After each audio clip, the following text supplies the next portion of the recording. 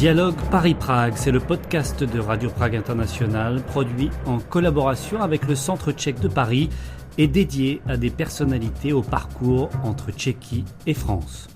Présentation Anna Kubišta.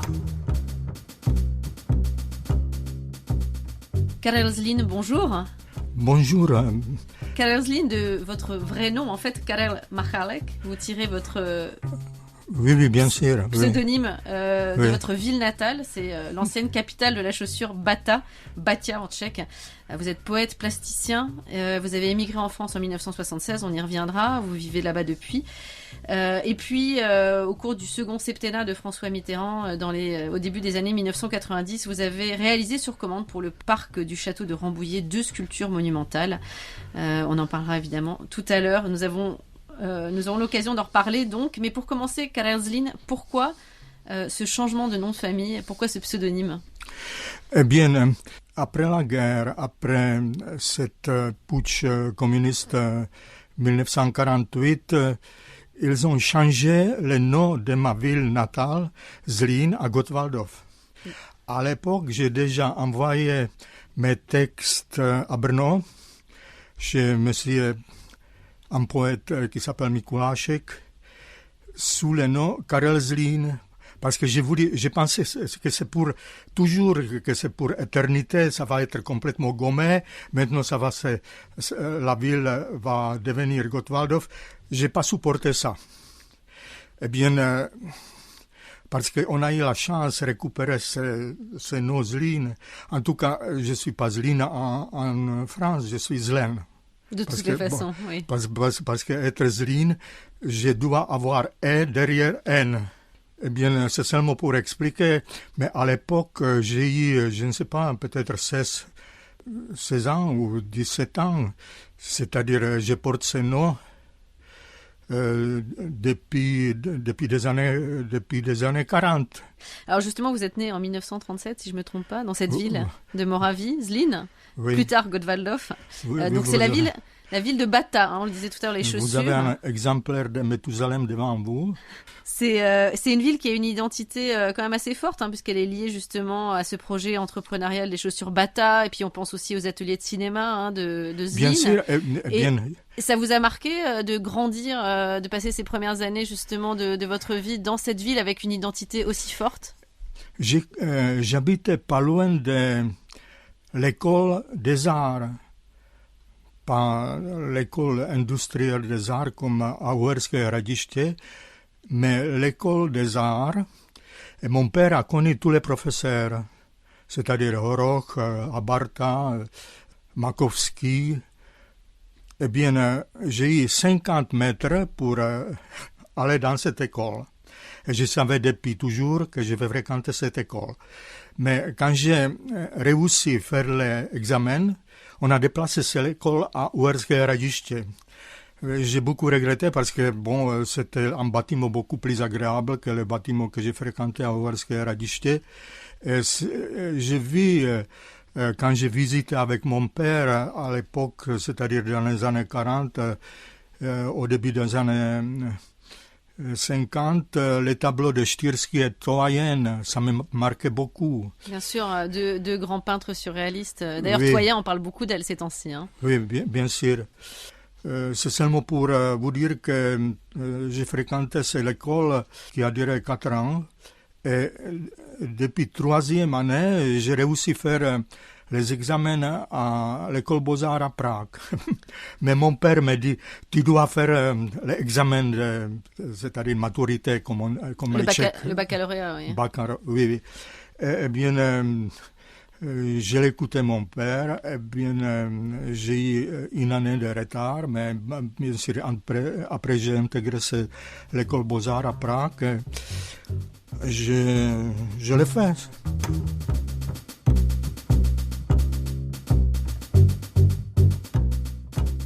Et d'où venait, on va dire, votre envie de créer? Est-ce que c'était quelque chose qui était en vous depuis votre plus jeune âge?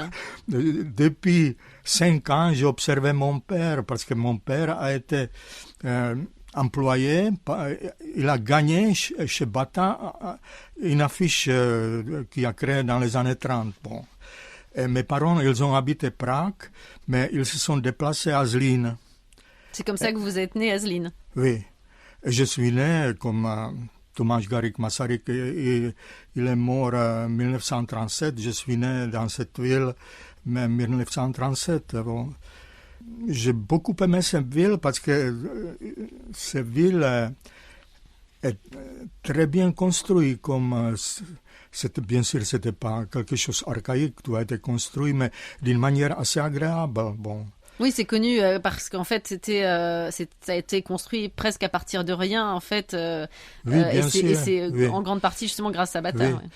Eh bien, je peux vous dire qu'en 1943, Zlín a été bombardé. Et la première habitation de mes parents a été tout à côté des usines. C'est-à-dire, mon père, à cette époque, il a eu une trentaine d'années, et il a surveillé les avions de notre libérateur. Et ces libérateurs, ils ont jeté les bombes sur usine à chaussures. C'est-à-dire, c'était complètement absurde. Mais malheureusement, les bombes ont tombé dans les quartiers où nous avons habité. Et sous une impression, les toits s'envolaient et toutes les maisons autour ont été bombardées. C'est-à-dire la neige des plumes, parce que bien sûr à l'époque on a fait les couettes, c'était en les couettes, c'était comme quand nous sommes sortis. Heureusement notre maison a été épargnée. Nous avons vu ces flocons de neige. Bon, c'était les plumes. Bon, et mon père a apporté à la maison un morceau de la bombe déchirée qui a été, parce qu'il a dit mettre ça dans une espèce de torchon parce que c'était complètement réchauffé. Bon. Chaud, ouais. Chaud, brûlant. Bon.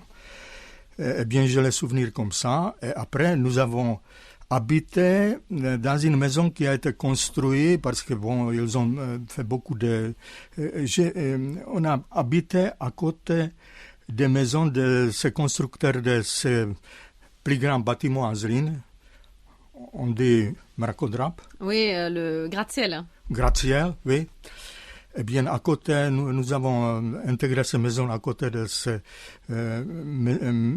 maisons où il a habité M. Karfi, qui a construit ce célèbre bâtiment. Oui, oui, ce grand bâtiment. Donc vous disiez que après, à partir grosso modo du milieu des années 50, vous entrez aux Beaux-Arts à Prague. C'est là que, dans cette ville aussi, que vous avez créé pendant une bonne partie de votre vie. Comment est-ce qu'était l'atmosphère dans ces années-là ? Parce que quand même, les années 50, c'était pas les années les plus lumineuses. Qu'en était-il de la liberté de créer justement de manière un peu libre et spontanée dans le cadre de cette école ? C'était formidable parce que c'était déjà un tout petit peu la dégel, premièrement, et deuxièmement, notre professeur, parce qu'à l'époque, le recteur de l'école Beaux-Arts, c'était M. Kotalík, et il avait existé un groupe qui s'appelle 42, avec Jiří Kolář et les autres, Kamil Lhoták, bon. Eh bien, ce monsieur qui s'appelle Karel Souček, c'était notre copain, c'est-à-dire il n'a pas voulu détruire notre liberté de créer, c'est-à-dire nous n'étions pas obligés de faire quelque chose à la commande. Bon.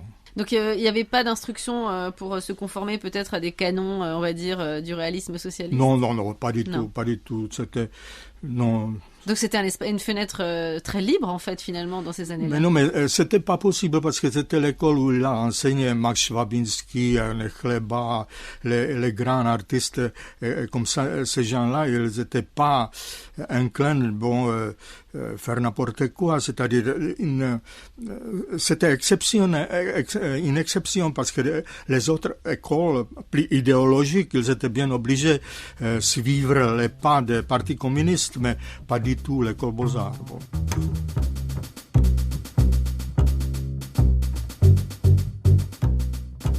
Peut-être un petit mot sur, justement, vous avez dit que c'était un peu déjà quand même la période de dégel. Là, on pense notamment évidemment aux années 60 qui sont très liées évidemment au cinéma tchécoslovaque, etc. Quelle était un peu l'atmosphère de cette époque-là On doit dire que c'était formidable parce que premièrement, on était jeunes. J'ai eu à l'époque 19 ans. Bon, eh bien, j'ai les bons souvenirs.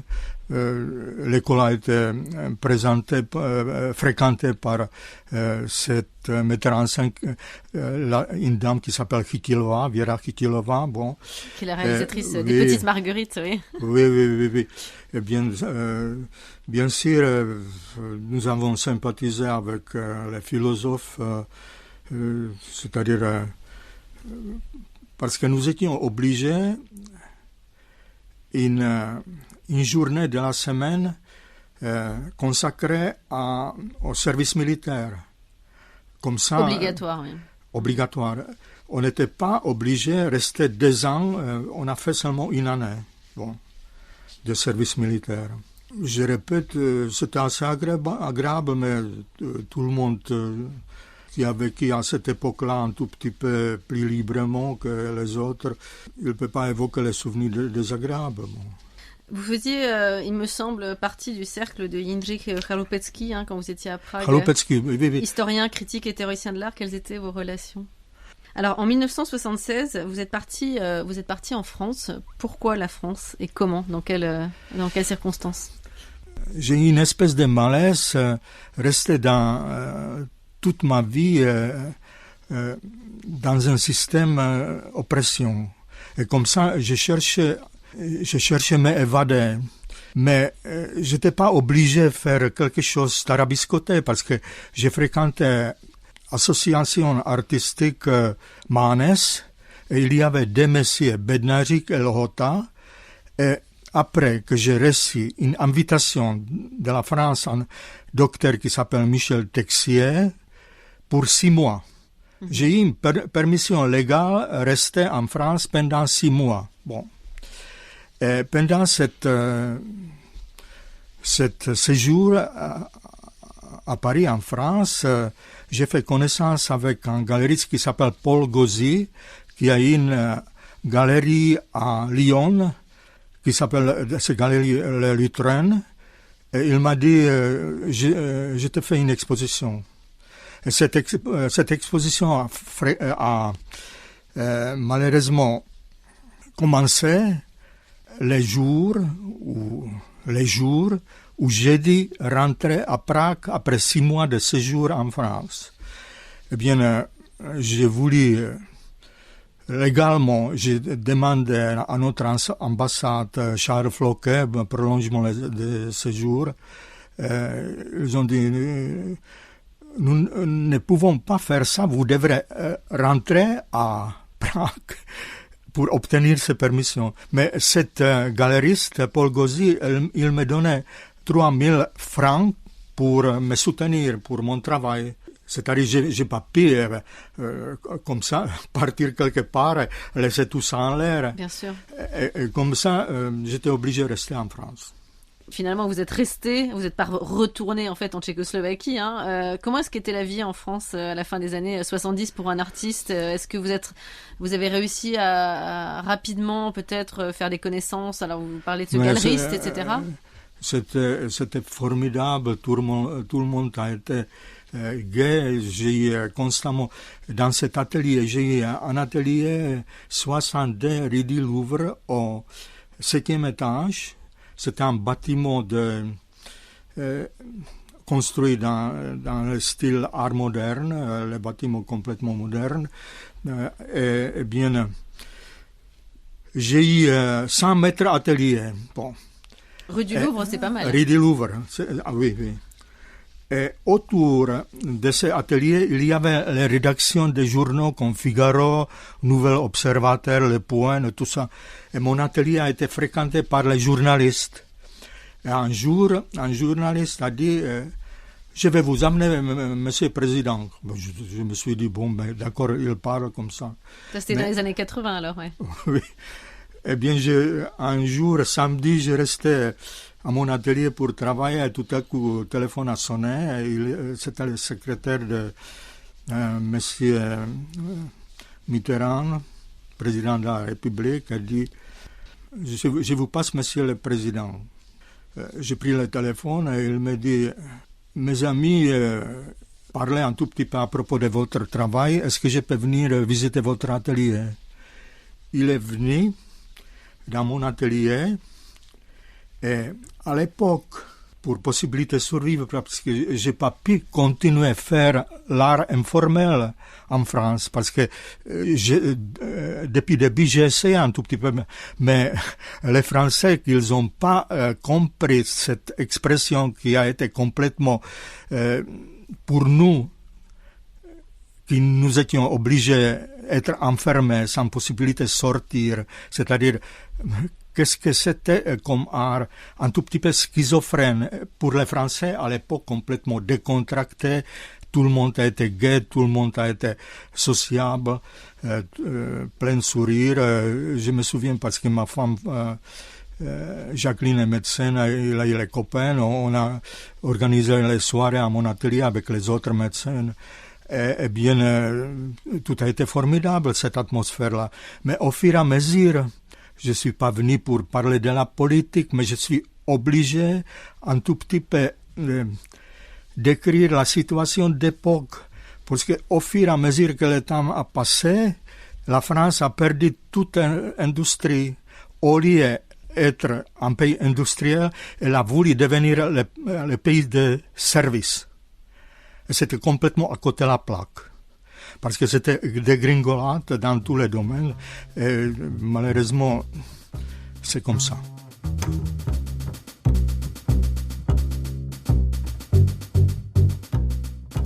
Juste pour revenir justement à ce coup de téléphone de François Mitterrand, donc il vous appelle et il veut voir vos œuvres alors. Il est venu dans votre atelier.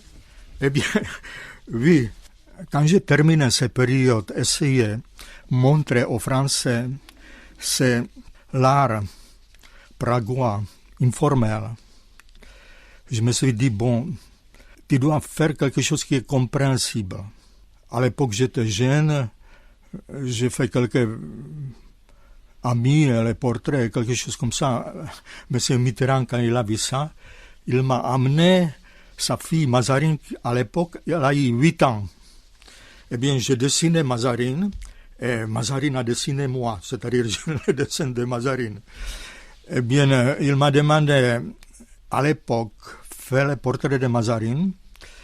Après, il a voulu une buste en bronze, parce que bon, je me suis débrouillé pour fréquenter une fonderie qui s'appelle la Fondation de Coubertin, c'est une 40 km de Paris.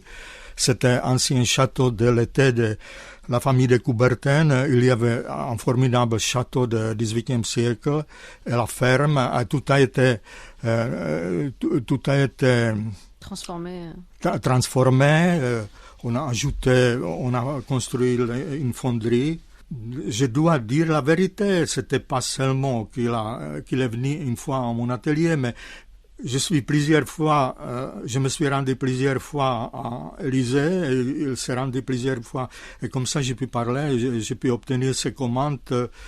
J'ai fait des sculptures, parce qu'après j'ai fait architecture anthropomorphe, c'était aussi une sculpture qui a resté à la Fondation de Coubertin, mais c'était une sculpture qui a été commandée par M. Mitterrand pour Palais Élysée. Ah. Vos œuvres, elles s'inspirent beaucoup de l'Antiquité, de pays comme l'Égypte. D'où vient ce goût pour l'Antiquité? Qu'est-ce qui vous fascine dans cette histoire antique? Eh bien, c'est étroitement lié avec notre passé culturel. Parce que c'est pas seulement en France, vous avez les peintres, les sculpteurs, vous avez les peintres comme Balthus, qui a été directeur de la Villa Médicis. Si vous regardez les tableaux de Balthus, ils sont assez classiques.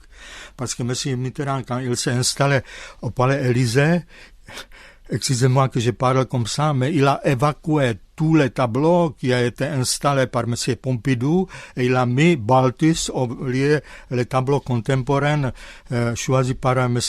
Pompidou parce que M. Mitterrand, quand il a eu une vingtaine d'années, quand il a fait les promenades à Paris, il a vu en 1934 la première exposition de Balthus. Bon, à l'époque, cet peintre comme Derain, comme, je ne sais pas, d'une certaine façon aussi le travail de Giacometti et tout ça, c'était quelqu'un qui a aimé les choses faites, soi-disant, dans un esprit, comme on dit aujourd'hui, classique. Bon. Eh bien, moi, et vous particulièrement, qu'est-ce qui vous inspire justement dans cette... Mais parce que j'aime beaucoup l'Égypte. Je suis allé plusieurs fois en Égypte parce que j'ai eu un copain, un Égyptien, qui a fait l'école Beaux-Arts à Paris. Ils étaient architectes. Il nous a invités, c'est-à-dire moi avec Jacqueline et encore avec des amis plusieurs fois en Égypte. Et nous avons habité au Caire et nous avons parcouru l'Égypte à l'arche et à la travers. Et ça s'est passé à plusieurs reprises. Bon,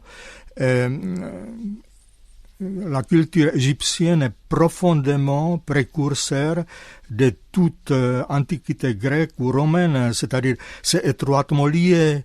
Et maintenant, quand on a cette tendance un tout petit peu effacer la mémoire, que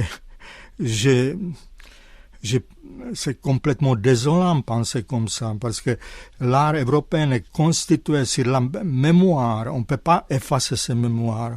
Pour ça, j'ai fait cet effort un tout petit peu. Mais c'est très difficile parce que vous ne pouvez pas accrocher les tableaux dans le musée Pompidou. C'est pas possible. Comment un tableau classique, c'est complètement ridicule.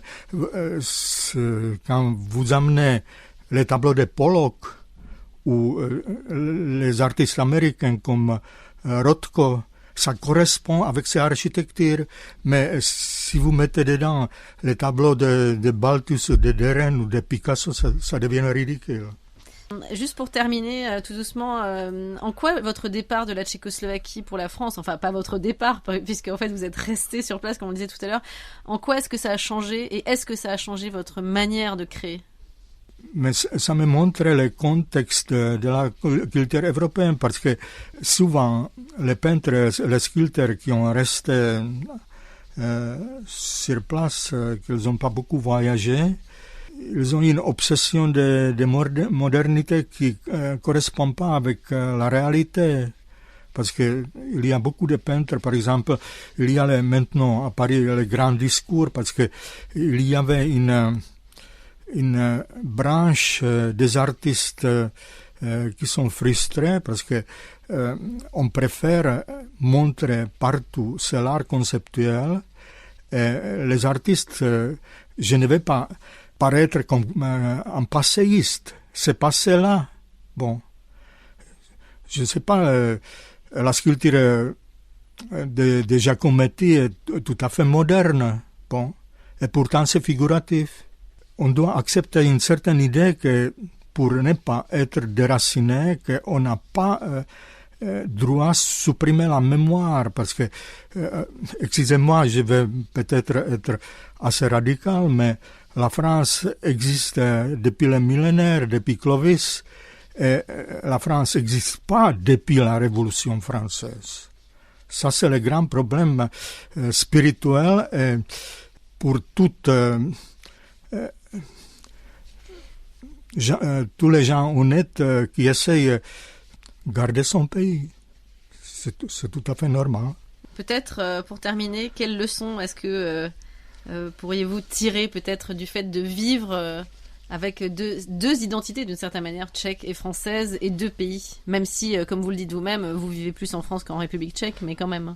Eh bien, chez moi, quand je débarque à Prague, je parle français au tchèque, et quand je débarque en France, je parle au français en tchèque. Bon, comme ça, mais seulement les premiers jours après, parce qu'on a toujours cette idée que quand vous êtes quelque part, vous êtes un tout petit peu modifié, comme ça, bon.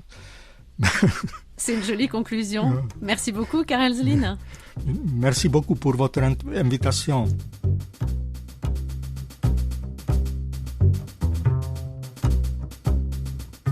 Dialogue Paris-Prague est un podcast de Radio Prague International produit en collaboration avec le Centre tchèque de Paris à l'occasion des présidences européennes assurées successivement par la France et la Tchéquie en cette année 2022.